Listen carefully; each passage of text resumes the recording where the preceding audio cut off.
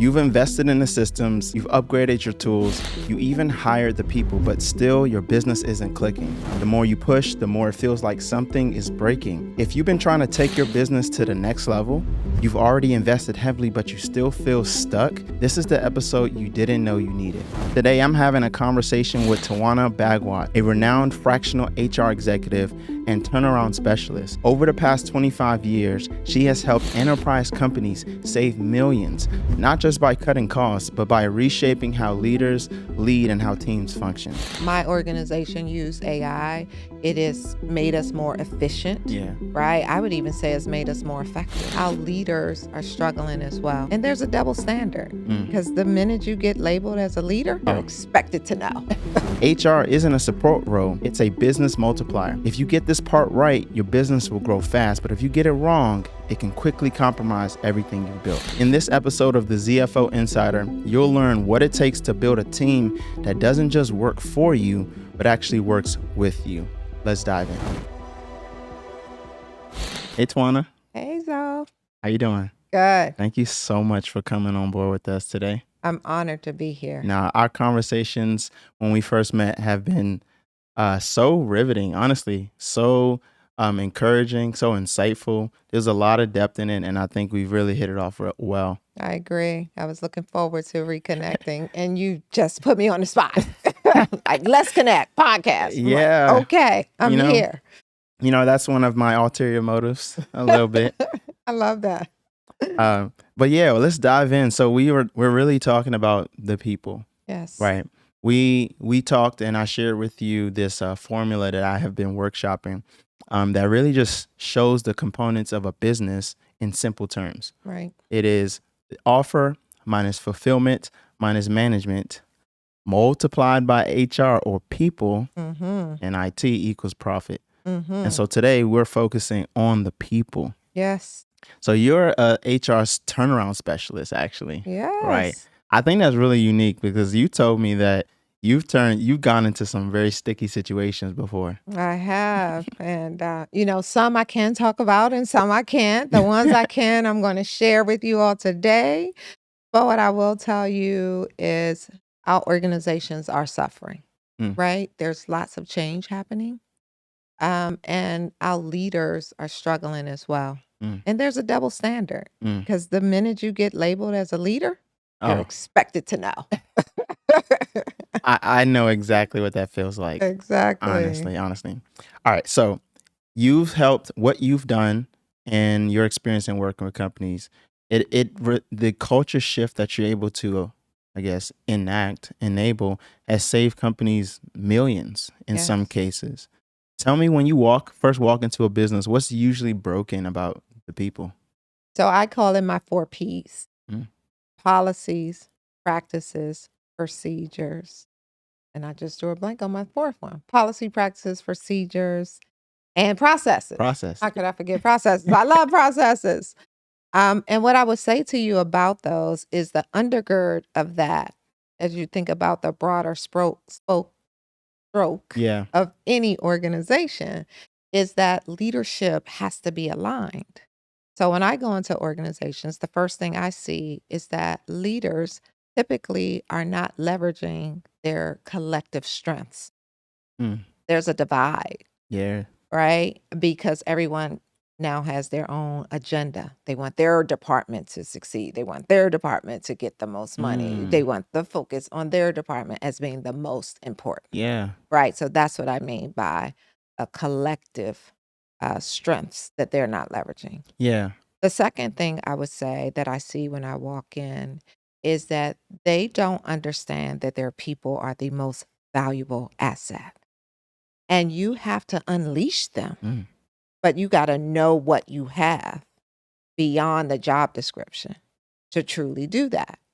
And I would say the third thing is around decision making.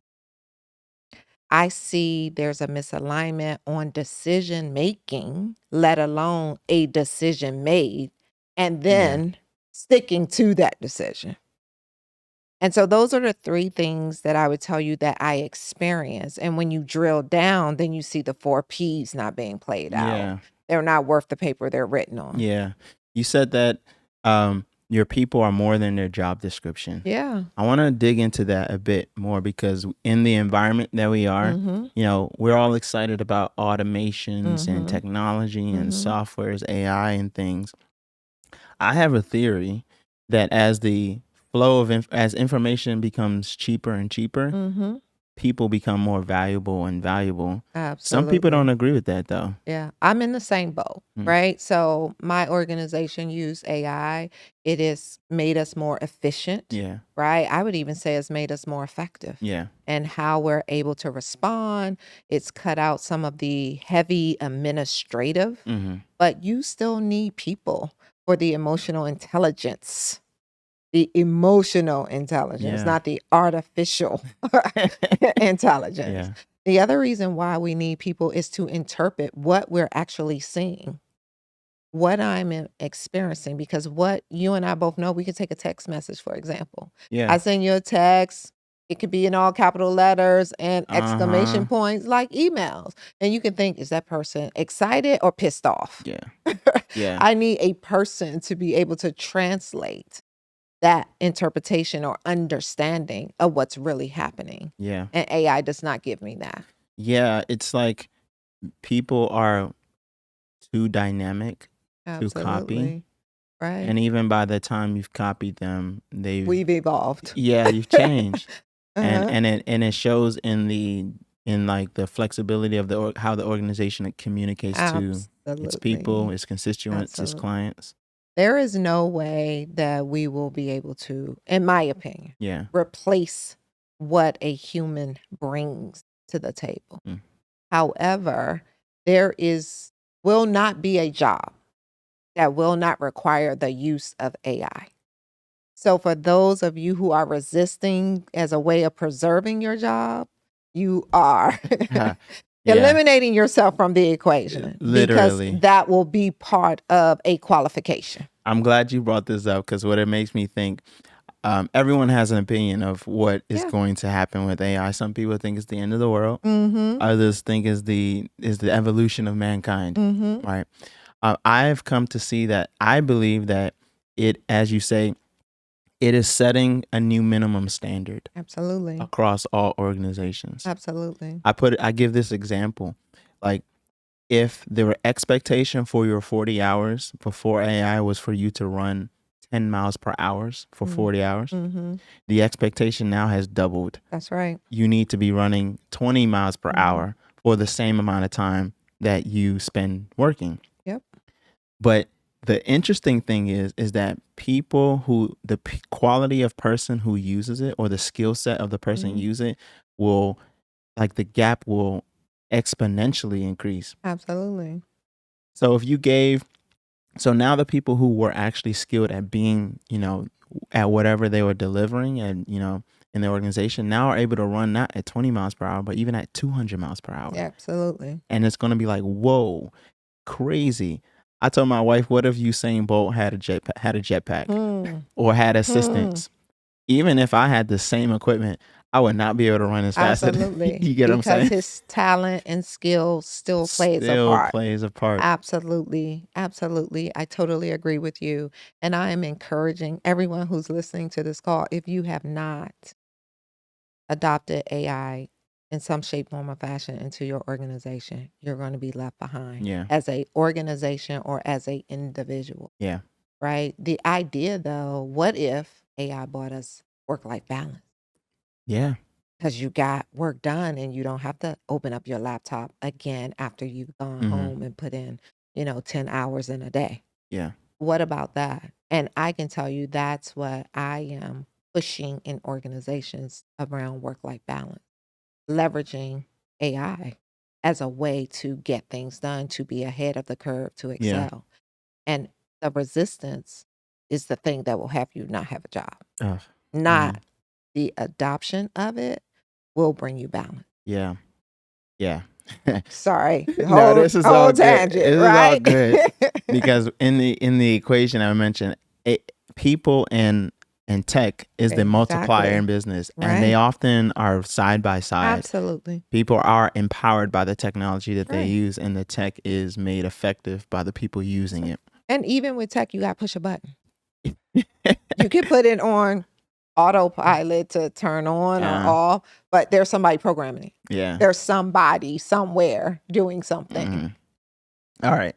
So we said that HR and AI, but we're Mhm. focused on HR, right? Yes. Is a multiplier in a business. Yes. When you hear that it is a multiplier in a business, what comes to mind? So one, I wanted to make sure that we're super clear because we gotta clear out that old mindset Yeah. about HR being a support function Oh my or an goodness. add-on, Okay. right? As an afterthought. I could do all these things. And then when, use my language, S hit the fan, then I call, for Yeah. crisis. Yeah. That's old school. The other thing that I would say to you is that HR is more than just, you know, paper pushing or planning Yeah. cookout. No, you need to tell us that because we have an assumption Yeah, that most of small businesses don't prioritize correct. HR at all. And don't use it. They don't think about it. It Mm-mm. actually is the only thing that it's the first thing that started the business Absolutely. A because person. you were the person, Right. right? And you were doing all the things that you would say HR do that you did not know how to do. Yeah. And you got through it by research and calling a friend, Yeah. like a lifeline. Mhm. That there's a show that does that. Call a friend when they can't Mhm. answer a question, right? So I did want to just start out with clarifying that Clear. because that's so super important. But what I say and agree with you that HR is a multiplier because HR touches every corner of your organization. Yeah. So how does HR amplify as a multiplier? Yeah. That's what we do. We amplify the performance. We amplify the development of your leaders. We amplify the talent in which you bring into the organization. Those are the things Mhm. that are game changing Yeah. that you as an executive, as a CFO, as a COO, that's not necessarily your wheelhouse or expertise. Yeah. So you're hoping to develop the person. You hope that you got the right next person. Hoping.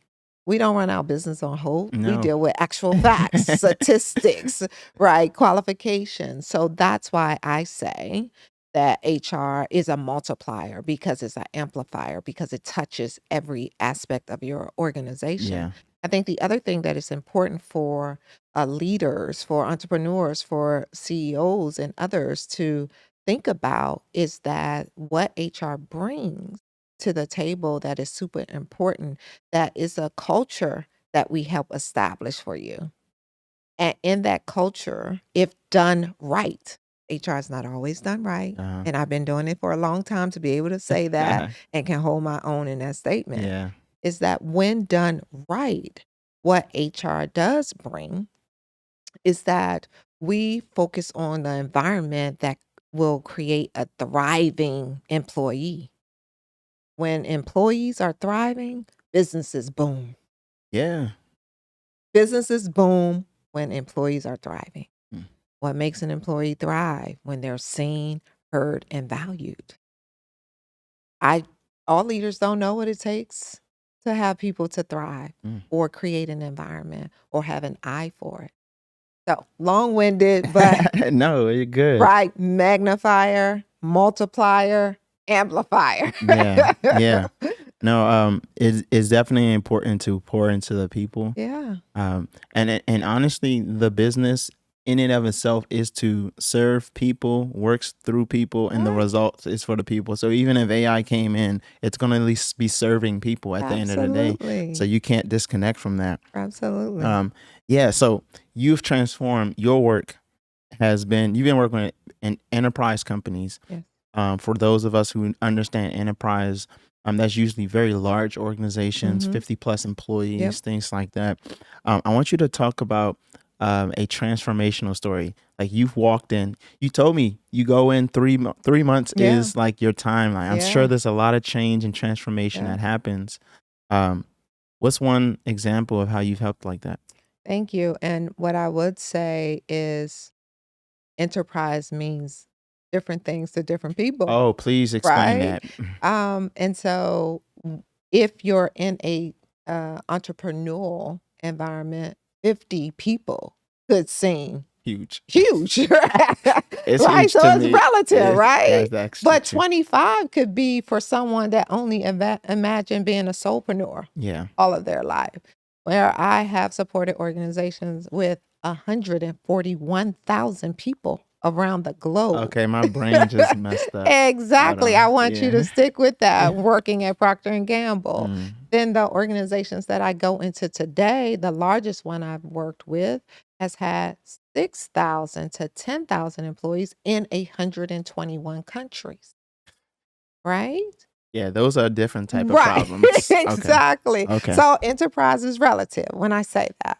But one example that comes to mind for me is I was working with an organization where I was only supposed to be there for 4 months Mm. as a fractional HR, a professional, where I come in, assess the organization, make changes, and then prepare that organization to hire the replacement, Okay. which is a chief people officer. Yeah. And I sit in that seat until that time. This organization was experiencing deficit, right? Up to $7 million. Mm. So they will require major cuts in all of their programming, processes, systems, looking everywhere, including under rocks. Cutting executive team salaries. Also looking at, will they have a RIF, which is a large separation of people, which we're seeing right now. Yeah. Any organization will want to avoid that or have that to be as their last recourse. I'm sitting in the HR department as their chief HR officer and notice that their benefits are amazing. Let me be clear. So to touch people benefits is like sacred cows. That's not something you do, and you for sure don't take them away. So as we were assessing, which I'll talk about one of my processes, as we were assessing the organization, we were like, these benefits are amazing. And that's all we heard the organization talk about. When you're supposed to be a mission-driven organization, right? When you love the work that you do. And so I started to assess their benefits Mm. and realized that their employees don't pay co-pays. That's unheard of to not have a copay. Or if they have copays, they're $10, $5, because the organization is known to have great benefits. Yeah. But that was the draw for people to come for benefits. Yeah. I would like for that to be number 3. I Okay. want you to join us because you believe in our mission. Okay. I want you to join us because our mission, our vision aligns with you as an individual and the skill sets that you have. You're bringing that value. And in return, we're changing the world because I'm talking about a nonprofit. Okay. $7 million in deficit. With a 5-star benefits package. Absolutely. So I assessed and saw there were so many losses within offering what they were offering. And by the way, they had plateaued. So compared to their sister organizations, no one really cared. Mm. However, people just started coming for the benefits. My husband had cancer. My daughter has a rare, I get it Yeah. for the why. Yeah. But then they were there for that, not to move the business forward. So we started to stall. Yeah. So after assessing, and it was a hard process for the leaders. I bet, because you're like ripping benefits, like things Correct. that's supporting people's families. Correct. But not to take away. I Mm. just wanted to equalize it. Mm. I wanted to bring us up to market, Yeah. but still be better than market, Mm-hmm. right? And we had $1.7 million worth of opportunity to still be better than market Just by assessing the benefits. by assessing the benefits and then making changes. Mm. So we changed what a copay was. We changed what you would go to a specialist, but still lower than the market, right? Yeah. And would save the company $1.7 million. By the way, with the programming that we would have had to cut and the number of people that we would have to cut in order to find those savings somewhere else, we saved 200 jobs. Mm. We did not have to close down 4 programs that were in developing countries. So I stand 10 toes down on that transformation that took me 2.5 months to get all of the leaders to align to. Yeah. Before renewal, open enrollment started. Because that's how we do under the Yeah, gun, right? yeah, yeah, and I think that you really are bringing it home on just how impactful that those decisions are, like, and like it's one, it saved the integrity of the business, Correct. right? Or at least got them closer. Mm-hmm. They 1.2 million closer in that 7 million gap. Mm-hmm.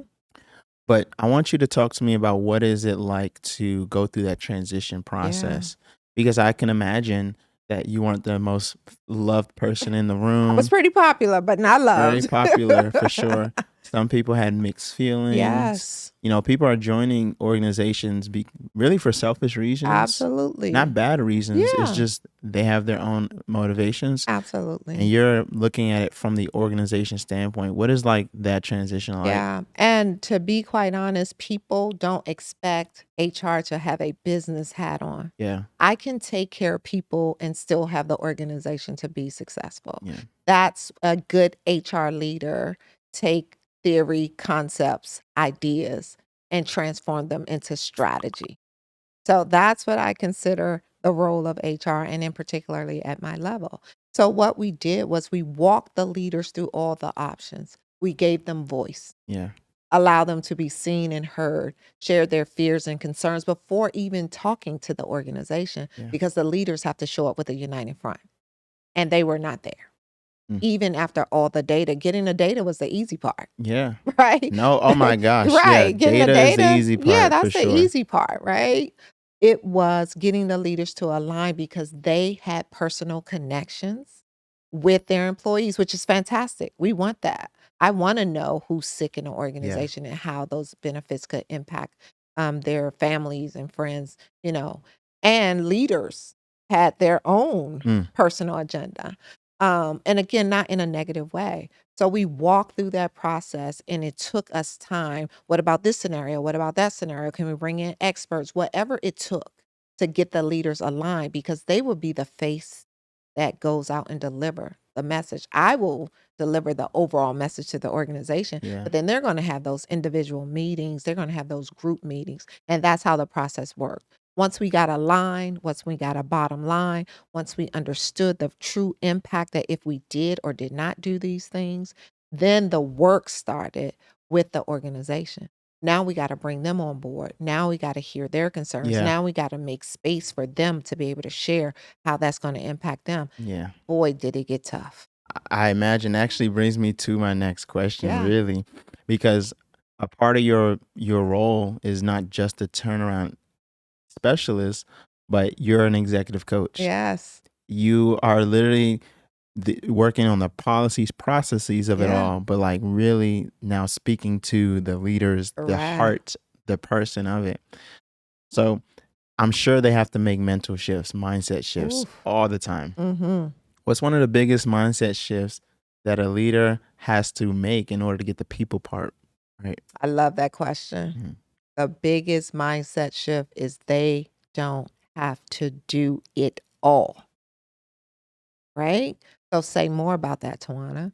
So for right, like leaders have people that work for them and with them, but they want it done a certain way. And we see this a lot with entrepreneurs and small Yeah, organizations. you're talking to me. Right? And we want it done a certain way and we don't trust.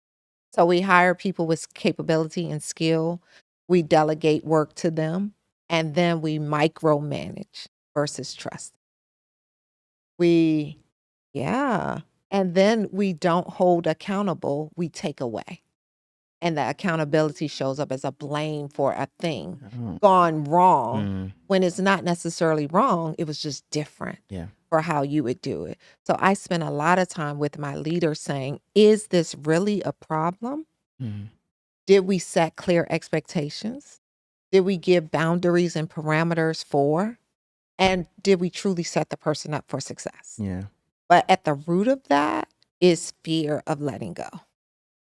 Yeah, when I bring on a person, and I'm in the process of expanding my team as well. We are probably going to be 7 by the end of the year. Congratulations. Thank you, thank you. So one of the things that I find with turnover of people, or just It's just that the trust factor. Yeah. But it's usually something to work through at the early stages, Mhm. right? And it's more so, okay, I give you this task. I might be having expectations of how quickly it's going to get back to Mhm. me, the level of quality it is, how much thought you've put into it. Mhm. And sometimes within the first few weeks, month, is that standard is not being hit. Is that mean just not trusting them or giving them enough time? Or maybe I just didn't give them all the support around to actually be successful. It could be all the things, Mhm. but my experience has been you've given a test and didn't tell me what to study for. Oh, So the likelihood that I will fail, the probability is it's high. high. Yeah. Right? Because I'm looking for these things. But we talk about expectations. Yeah. But do we really give them? Like, I'm giving you an assignment, Zoe. I need it done by this date. Here's what I expect for it to look like. I really want to receive that back in an Excel spread. Right. So I'm giving the parameters of that. I'm not telling you where to go look, who to talk to, all those things. But I've given the parameters that I would determine Mhm. for it to be a success. Yeah. And then there are some intangibles that I expect that you're going to come back and ask questions. So I'm testing to see if you do it. Why wouldn't I open up with, hey, I have an open door policy. If you have any questions or you uncertain about something, just knock on my door. Give me a call, ping me, whatever the case Yeah. may be. We don't say that. We're like, I want to see if that's what they're going to do. And then what about the new person? Yeah. They're trying to prove themselves. So they want to be perfect and do everything right. So they're not going to naturally come to you. And then you ding them like, that was something simple. You could have easily came to me. So we got that on both ends. So I say that sometimes our leaders set people up to not be successful, even though we think we are. But at the root of that mindset shift is that you don't have to do it all by yourself. Yeah. And that is a hard thing because that requires a letting go. And we're not good at letting our babies go. No. You raised them, and so it's a little Right, bit hard. It's a right. little bit hard. But you can't do those things. Yeah. You got to move on. Yeah, for sure. It's like you already know, the right thing to do. It's Absolutely. actually hard to do the thing you already know. Absolutely. I actually share that with a bunch with my audience. I have these weekly office hours that I share, Mm-hmm. and one of the things that I realized that many of us already know the exact thing we need to Mm-hmm. do. Like, it's easy to get aware of the truth of the thing you need to do. It's hard to actually do it. Right. It's hard to actually just take the step forward because it hurts. Yeah. It takes muscles. And that's part of the executive coaching, right? Yeah. I'm dealing with leaders, but I'm not an expert in their industry or Yeah. a sector, for example. However, what I am doing though is the work on shifting the mindset, Yeah. right? I'm having them to imagine if. Mhm. Does that feel good? Oh yeah, what's in the way? And so we deal with what's in the way. Yeah. So you mentioned that going through the coaching process Mm-hmm. is similar to a relationship. Yes. Very eerily similar. And you even mentioned this pathway. You called it the honeymoon stage, Yeah. the power struggle, Yeah. and the maturity. Yeah. Talk us through that. How Yeah. do those play out in executive leadership? I love that. So thank you. This is also some practice as you talked about you're bringing forward your formula. Yeah. I'm also learning this after being married for 28 years. Yes. I'm a little bit behind you. 4 years on my part. Just a little Uh-huh. bit. And so what I am learning about marriage that I've translated to organizations as well is there's shifts, there's stages that organizations go through, and then they repeat every Yeah. time you grow, Yeah. right? And so to know that you're going through this cycle is so important. So the first stage we talked about was the honeymoon stage, and that's where we're forming, right? We're polite. It's like polished shoes, Mhm. right? So a new leader or team show up, everybody got on their best outfit, shoes polished, The jokes are firm. so Right. fire. Everybody's so happy to be here. Exactly. But not only that, it's like a stage. Like you just walked on a TED stage Yeah. and you got all the biggest, brightest ideas, right? Because that's the we stage. Yeah. How can we, right? But that can't or typically don't last long because the real test comes. Reality hits. Exactly, which I call that struggle stage, which, by the way, we stay in it for a long time because we are learning each other. And that's where the differences set in, right? It's a we and them, or a I or me and y'all stage, which we see in leadership, right? So the first time those real numbers come in for the quarter and they ain't met, a deadline is missed, we start to point the finger at what's wrong, what woulda, shoulda, coulda have occurred. That's that power struggle. I want the CEO to look at me as the savior, right? It's like they didn't do this. Right, but I got the answer. I got the solution. Focus on my department. We the one that delivered the programming, and that's because of the programming. That's how we get money. Yeah. So that support team over there, we don't need, but that HR team you don't need is the one that process your paycheck. So we should be nice to them. Right? So when you walking through that struggle phase within a marriage or an organization, there's a divide. But struggle is ordained. It's needed because that's how we learn about the differences. But still, we are not utilizing them to the fullest potential because we're blaming. We're not holding people accountable. We're pointing the finger. But as we move to that mature phase, that's that interdependency coming in. Okay. Where I'm clear that I need finance to do these things, I need HR to do these things, then program can do these things, right? And then there is the handshakes that are occurring, right? And then there's handoffs. I can let that go because that's not my area. That's not my lane. We handshook finance till we got the money in the door. HR took it, and now they're processing it, got the hours in, et cetera. And so as we think about the mature stage and the interdependencies of marriage, we also think about accountability, about a truth that we didn't have before, about feedback coming naturally and easily and not is assumed, right? And we're leveraging differences. That collective strengths show up in a way that will have your organization to now look up to the leadership team and say, that's our model. That's how we should be doing it down here on the lower level. And that's how I equate marriage, the children looking up, seeing the parents on a line, right? But they're divided, so we're fighting too down here, and everybody get to get away with all the madness. I want you to, so you mentioned about accountability. But not blaming. How would you merge, how does that done well in an organization? Like, you interdepend on, I mean, even with people, you interdepend on the people. Right. You don't hit the result. How do I hold accountable without blaming? Yeah, that's so important. And the first thing at the root of that is expectation. Most times expectations are not clear. People can say, I'm one of the best communicators. I even say that about myself. And when I don't get the desired result, before looking at you, I look at myself. What did I communicate to Zoe? What was the expectation? What was the timeline? When did I get right? I go through all the, did I do check-ins? Right? So you set expectation first. Provide the tools, skills necessary to deliver against those expectations. And then thirdly, you check in to make sure they're being delivered. And if not, you give feedback. And that is a cycle that you keep repeating. Even though people are like, well, I've given the feedback and they haven't delivered. Well, then we can't give the same feedback. Right? Then the feedback escalates. Then we bring in additional resources if we're not capable. But that's how we hold accountable without blame. But we got to see it through because it's work. People don't like conflict. No, I don't like conflict. Not people. I am people. Like, conflict is a thing. Is actually a thing I have to get comfortable with. I've had to get comfortable with. Where it's like I will have the hard conversations.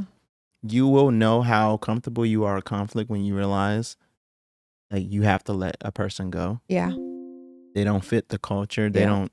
The expectations weren't set. Maybe it's even my fault. All right. So I've gone through that a couple of times over the last couple of years. And that's what really challenged me on hard conversations. And even, all of my hard conversations in marriage Yeah. prepares you for it. Yeah. For sure. But what about having support though? Right? Tell me. Again, HR brings support, Mm. coaching leaders through how to have those conversations. Not doing it for them, but coaching them through it by being in the room, right? But also speaking to the employee before the tough conversations happen. Yeah, And I also think that tough gets a bad rep, it does. right? Just because something is tough, does that mean you avoid it or not do it? That's how human nature, Yeah. but that's not necessarily the best way through a thing. Yeah, I mean, that's what the struggle phase is. Like, Mhm. you can't actually get to maturity unless you pass through True. it. And that's where your biggest growth occur. Yeah. It occurs in the struggle. That's why I actually, when I look back on the things that I've been through, Mhm. especially when I started my career in with Deloitte. Have you heard? Mhm. Mhm. And it was a hard environment. Deloitte audit, very hard environment. Expectations are really hard, and it's a high turnover type of Mhm. culture. And when immediately you leave that environment, you're like, oh man, I didn't love it. I hated it. I'm so glad I left. Blah blah blah. Mhm. Fast forward 6 years, Yeah. I look back and I'm like, I'm so glad Mhm. that I actually endured and went through that, because it shaped me Yep. in my resilience, my own professionalism, my own Mhm. ability to just to be effective. Right. Like, it taught me so many things that, you you don't want to do. But now that I've had that experience, Mhm.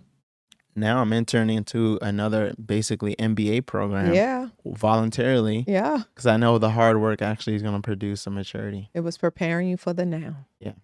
It prepared you for the now. And I would say all of us, if we looked back, have those trials that we've gone through that have said, had I not, I would not know how to do this today. Yeah, So it's a builder. for sure. Is a builder. And I'm also appreciative of my own builders. For sure. All right, so I want to talk about this one concept, this other concept that you have. Mhm. You call it the 4 R's. Yeah. Can you tell us what that is? Sure.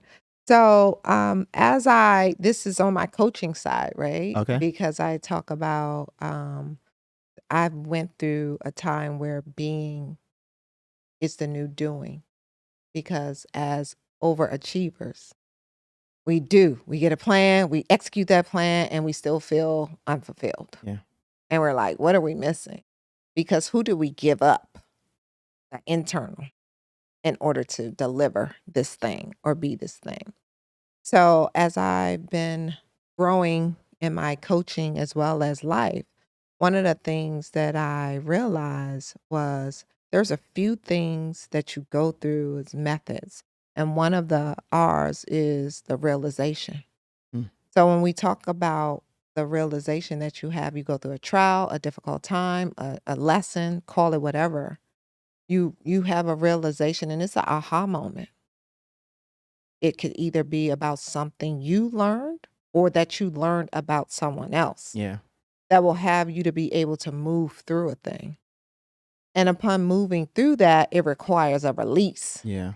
And most times I'm letting go of a belief that I had or something I thought was a core value that defined who I was, but it's no longer serving me. Yeah. So that's the release, right? There's the realization, there's the release. And I keep drawing a blank on my The R. reality. The reality. Thank you. And then the reality of the thing is to have no judgment, right? I don't have any judgment. It's just my current reality because there's a reality and then there's the so what. Mm-hmm. Where do I go from here? Yeah. What do I do now? And I move my leaders through this process so that they are super clear that if I spend my time worrying about what people are going to say or what I'm saying about me, then I get stuck, right? So the reality, the realization, the release, the reality. What's my last one? Reflection. Reflection. Isn't reflection so powerful?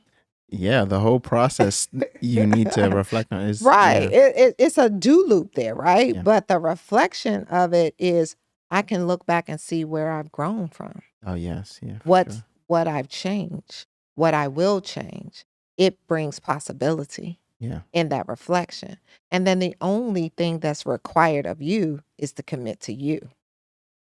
Most times we reflect and go, I'm going to do this for this person, or I'm going to do that for that person. Or what are you going to do for you? And the question becomes, who do you need to be, not do, to get the desired results? yeah. I've been learning about that. That's so profound. Like Mm-hmm. it sounds like you're echoing people that I look up to and I Mm. respect. There's this one person who mentions like be, do, have. Mm-hmm. Mm-hmm. And oftentimes we start with the have and Have. try to figure out do, Yeah. but you don't realize you have to start with who you Mind. are, your mind, Mm-hmm. and become the person who can do the things in order to Mm-hmm. have the result. Absolutely. That's the hard work, though. We skip the work, Yeah. right? Or we go to the thing we know, which is the do, do, do, do, do, Yeah. do. And we burnt out. Yeah. And by the time we get the do or the thing, the have part, it's not fulfilling. Yeah. Oh my gosh. So this goes real deep because I have gone through that a little bit. Yeah. Um and I think and the cool thing is that being takes so much longer than doing. Mm-hmm. And it's a test of our patience Yeah. because you have to be patient to start becoming the person. Mm-hmm. Then when it's time to do the things, there comes grace. So I Yeah. like to believe that there comes grace. So I have been it's relevant to me because I produced a podcast. I'm Mm-hmm. producing a podcast right Mm-hmm. now. And I've been trying to figure out for the last 2 years, trying to figure out how to solve this marketing, this Mm-hmm. social media stuff. It's a lot, right? And it's been a whole journey. And I realized fairly recently, like I just received a level of grace Mm. that just made the doing Mm. easier. And then when I started doing it, I realized I had been the person prepared for a while, Mm-hmm. and I've been prepared for to even have certain these conversations. Right. But imagine if I maybe I believe God's time is great because if I started this 2 years ago, Yep. the depth, the insight, Mm-hmm. the experience, Mm-hmm. even the people that I meet Mm-hmm. at the time, it would have just been completely different. Mm-hmm. So be patient to become, receive the grace to do, and then be grateful when you have the having. I love it. I love it. And the only thing I would add to that is there's mercy Mhm. in all of that, right? And what I mean by that is from the grace, there's mercy, which brings abundance. Mm. But you got to sit back and allow, you heard me say allow, because we like to get Allow. in the way Yeah. of what we think we know it should be, when it should be, how it should be. Yeah. And most times we're not ready. It is something to be said about being out of season. Yeah. Even though you have the vision and can see, but not the being to Yeah. do. Yeah. And it's so funny, like this conversation is getting deep, right? And it's so important for our audience and business owners to know that this work to do on the people Yes. is like the organization is made up of the people. Of the people.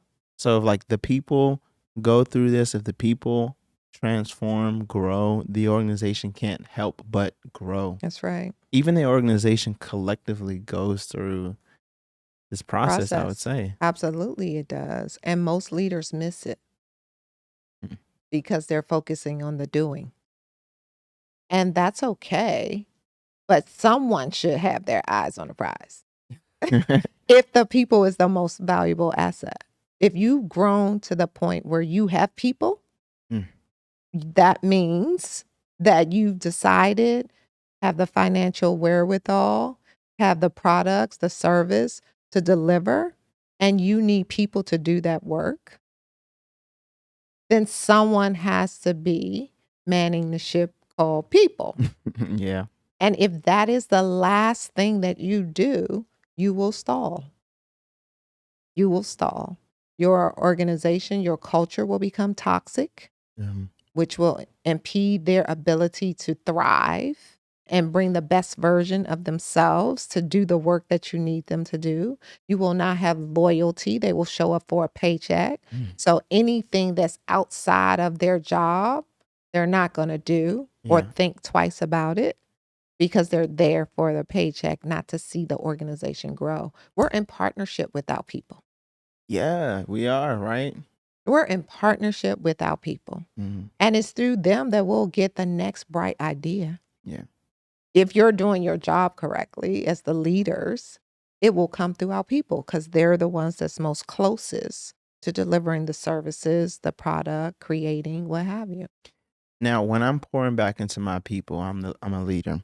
So you mentioned that sometimes people can be attractive to the benefits, compensation package, for seemingly personal reasons for themselves, of course, right? Absolutely. We're not, most businesses are not just charity. Even That's the charities right. themselves will have Pay compensation. people. That's right.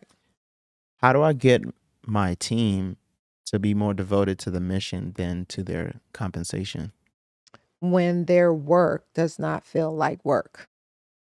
Because the same thing applies to you and I, right? Yeah. We jump out of bed knowing that as the CEOs of small businesses, we work 10 times longer, 10 times harder, all the things, but we still pop out of bed.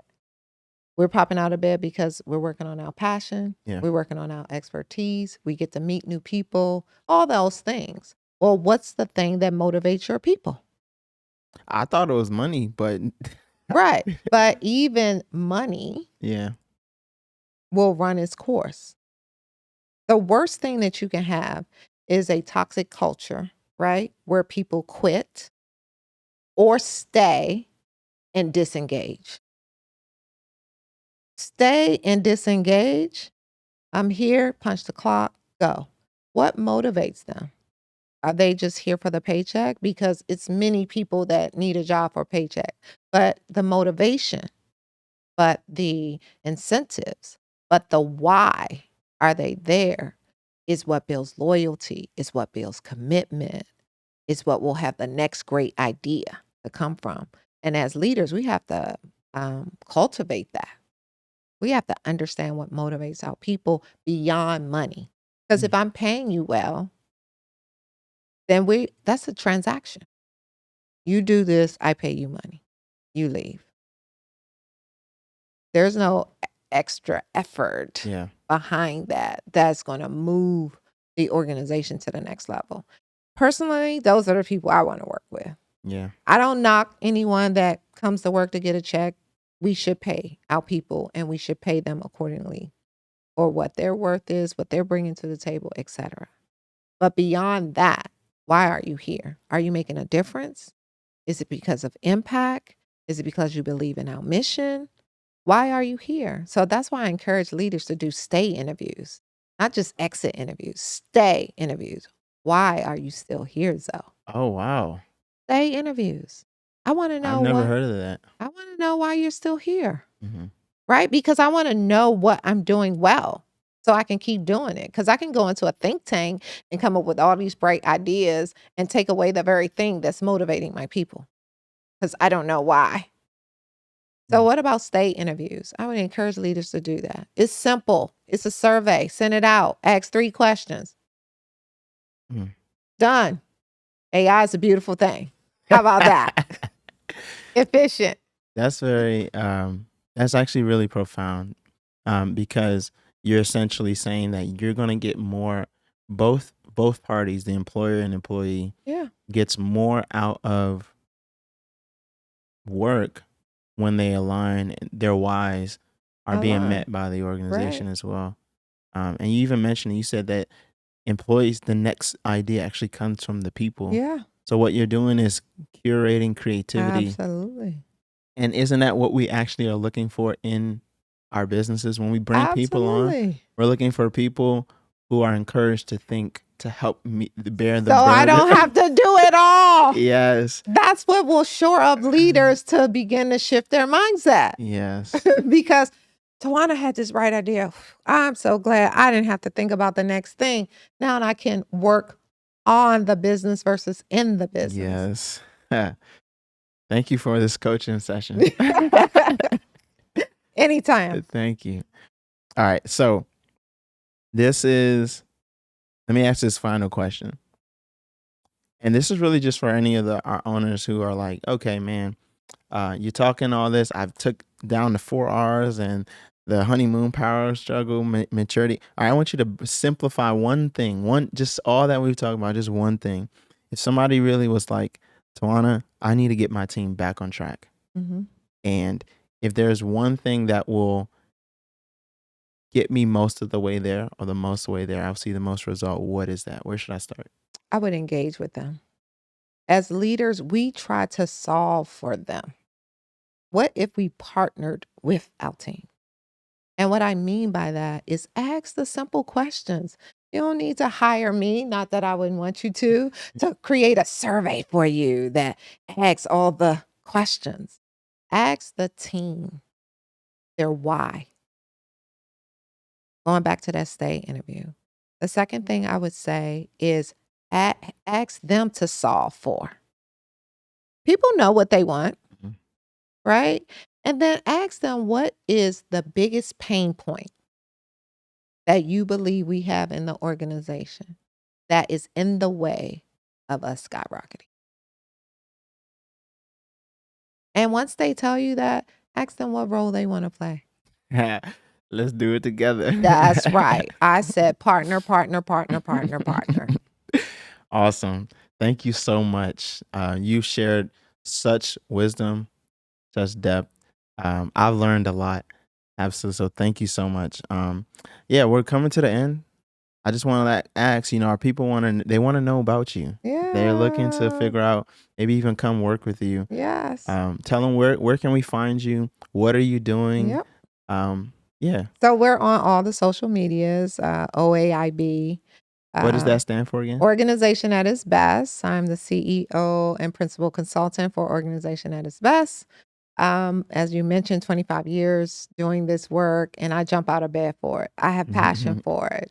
I'm also a newly published author, so I have my book here with me. Oh yeah, let them know. Yeah. Show right there. Show right here. Yeah. Yay! What's the Weaponization of DEIB. It's a guide. So I've been a practitioner of DEI for the last 25 years before it was popular. Let me say it that way. And this book is, I knew the attack was coming. Mm-hmm. I saw the shift. And so this book was really about me giving a guide. I had to get this out to everyone, leaders, practitioners, just your average employee. And I tell a story about my walk through corporate America as a Black woman. Mm-hmm. And I talk about our missteps, but I also give us guidance and direction for how this can become a part of our organization and not be an initiative, but a way in which we do our work. Yeah. And that's how I grew up in DEI. And the B stands for belonging. Because at the end of the day, when people feel that they belong, they know that they are heard. So to me, it's DEI equals belonging. Okay? Equals belonging. I talk about our missteps, but at the end of the day, given where we are in our country, what I would say to you is we do have to move away from this, initiative checkbox. Put a statement on a website, all these things. Yeah. And I would like to see us move to leading with humanity. Yeah. Because if we treat each other like human beings, we will be respectful. We will honor our differences. We will be inclusive. We'll do all the things that's at the root of DEI before it became weaponized. Mm-hmm. So please go to my website, www.oaib.org, and purchase the book. When you go on the website, you'll learn that we offer Leadership Academy. We have a DEI boot camp. Even though those are bad words, I promise you the intent is to educate. I have executive coaching. You'll find us on all the social medias. Yeah. And I'm just so honored that you chose me Oh, to be a part of your webcast. So I'm- I do pray that something was said that will educate, that will Yeah. move organizations forward. And if there's any other questions that come up, you can find me on all the socials. But I would love to continue this conversation. Thank you so much. I'm honored that you accepted it. You know, this is like our inaugural episodes. Yeah. So thank you so much for coming on. Yeah, that's it. So Yay, we did that. Thank you. success.